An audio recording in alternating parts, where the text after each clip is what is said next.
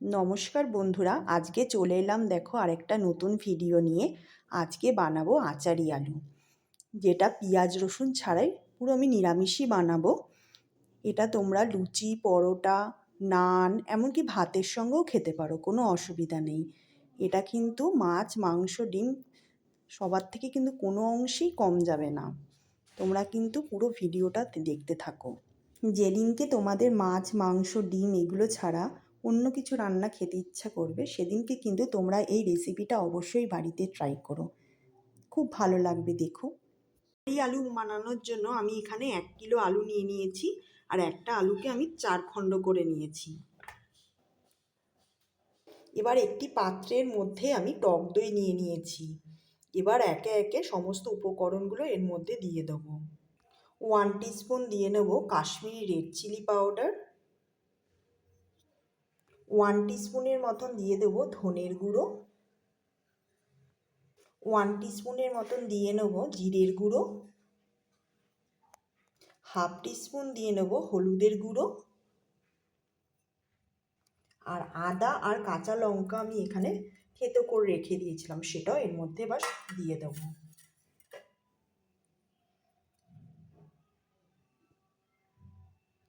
আর এখানে সবচেয়ে মেন উপকরণ হলো এই আচার, এটাও এবার এটার মধ্যে দিয়ে দেবো। এই আচারের তেলটা কিন্তু অবশ্যই দেবে বন্ধুরা, তোমরা যে কোনো আচার নিতে পারো। আর এখানে 1/2 টিস্পুনের মতন আমি নুন নিয়ে নিয়েছি। এবার সমস্ত উপকরণগুলো দইয়ের সঙ্গে ভালো করে মিক্স করে নেব।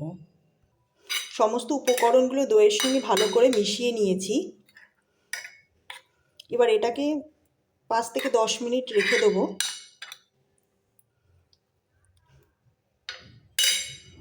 এবার কড়াইয়ের মধ্যে আমি তেল দিয়ে নিয়েছি, তেলটা গরম হোক। এবার আমি ফোড়নের জন্য এখানে গোটা জিরে নিয়ে নিয়েছি, এখানে 2টো শুকনো লঙ্কা, এখানে কালো জিরে, আর এখানে মৌরি আর সর্ষে আর গোটা গরম মশলা নিয়ে নিয়েছি। গোটা গরম মশলার মধ্যে নিয়েছি দারচিনি, লবঙ্গ আর এলাচ। তেলটা গরম হয়ে গেলে এগুলো সমস্তই দিয়ে দেবো। এবার তেলটা গরম হয়ে গেছে, এবার ফোড়নের সব উপকরণগুলো একে একে সমস্ত দিয়ে দেবো। এগুলো সমস্ত একটু ফ্রাই করে নেব। এবার আলুগুলো সমস্ত এর মধ্যে দিয়ে নেব।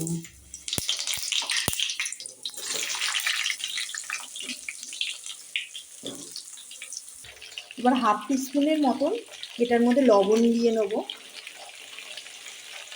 আর 1/2 টিস্পুনের মতন আমি হলুদ দিয়ে নিলাম।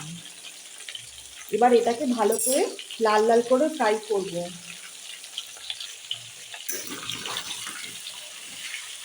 আলুগুলোকে বেশ ভালোভাবে লাল লাল করে ভাজবো।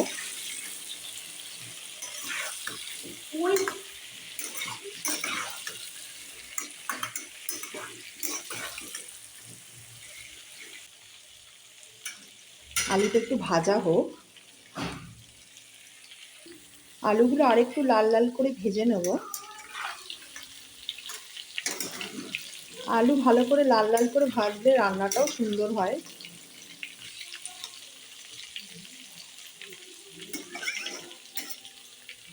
আর এটা কিন্তু পেঁয়াজ রসুন কিছুই পড়বে না, নিরামিষ রান্না এটা। আচারি আলুটা নিরামিষই ভালো লাগে। এটার মধ্যে মৌরি, কালো জিরে, জিরে, সর্ষে, শুকনো লঙ্কা এগুলো এত কিছু ফোড়ন দেওয়ার ফলে গন্ধটা কিন্তু খুব সুন্দর বেরিয়েছে। আর একবার এটা নাড়িয়ে নিই। মোটামুটি হয়েই গেছে লাল লাল, আর একটু সামান্য হলে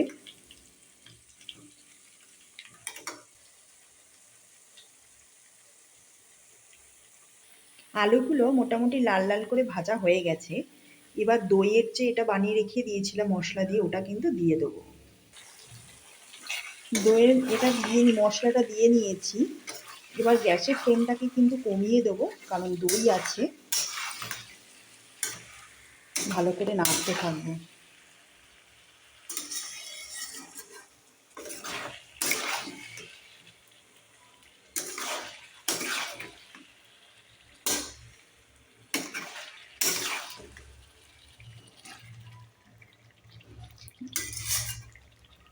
এখনই কিন্তু এর মধ্যে জল দেব না, কারণ মশলাগুলো যে আছে তার থেকে কাঁচা গন্ধ বেরোতে পারে।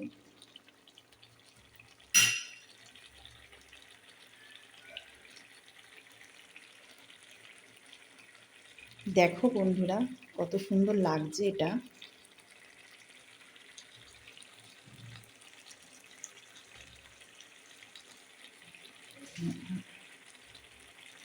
নিরামিষের দিন তোমরা কিন্তু এই রেসিপিটা বানাতেই পারো বাড়িতে, দেখবে খুবই ভালো লাগবে।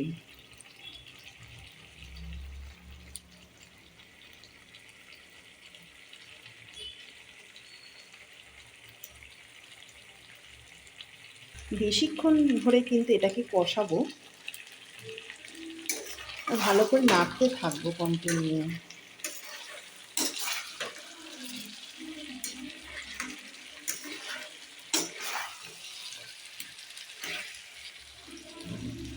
দেখো কালারটা কত সুন্দর আসছে।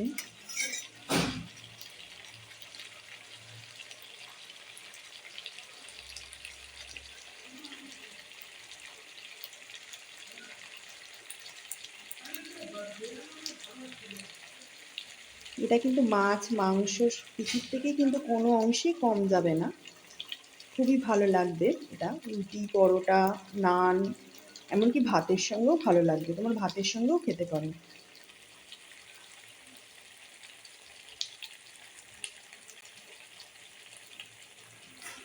এবার হাফ টিস্পুনের মতন আমি একটু চিনি দিয়ে নেব।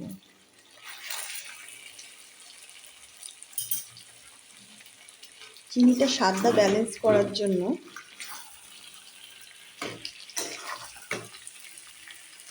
দেখো কত সুন্দর লাগছে দেখতে এটাকে। মশলাটা মোটামুটি ভাজা হয়ে গেছে, অনেক তেল ছাড়ছে এটার মধ্যে দিয়ে। আর কিছুক্ষণ পরে জল দেবো, আর একটু হোক, তারপরে জলটা দিয়ে দেবো। এটাকে কন্টিনিউ নাড়তে হচ্ছে, নালে নিচটা লেগে যাবে।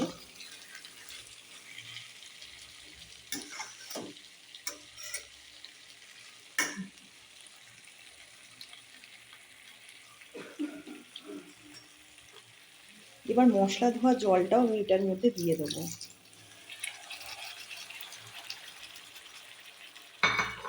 দিয়ে ভালো করে এটাকে নাড়বো আরও ভালো করে।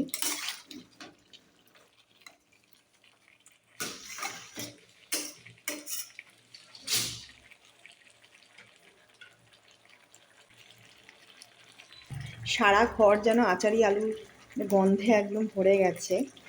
এটার মধ্যে জল দিয়ে দেবো।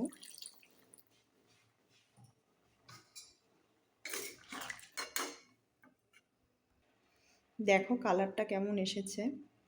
এবার এটার মধ্যে একটা টমেটো আমি কুচি করে রেখে দিয়েছিলাম, এটার ওপর এবার দিয়ে দেবো, তাহলে কি জুসি ভাবটা থাকবে। আর আরেকটু সামান্য পরিমাণ ওপর দিয়ে একটু সামান্য পরিমাণ চিনি আমি এটার মধ্যে দিয়ে দেবো।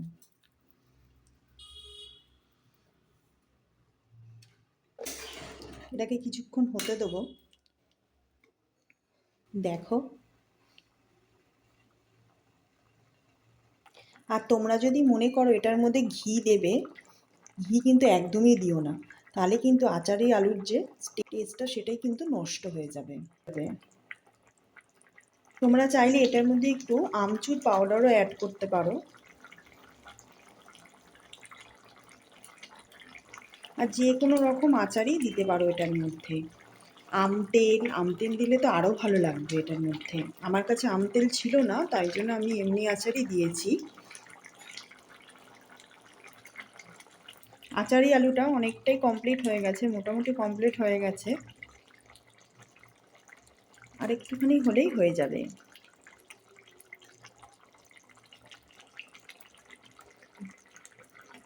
দেখো আচারি আলুটা তোমরা কিন্তু বাড়িতে একবার হলেও কিন্তু ট্রাই করো, এটা দেখবে খুব ভালো লাগবে।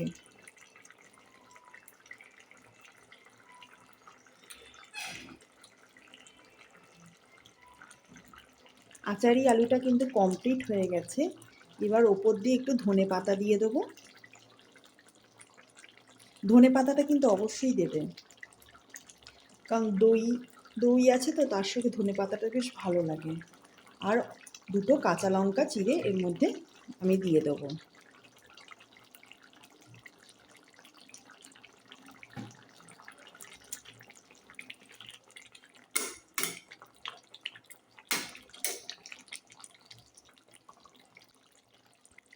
আজকের ভিডিওটা তোমাদের কেমন লাগলো সেটা কিন্তু আমাকে অবশ্যই কমেন্ট করে জানিও।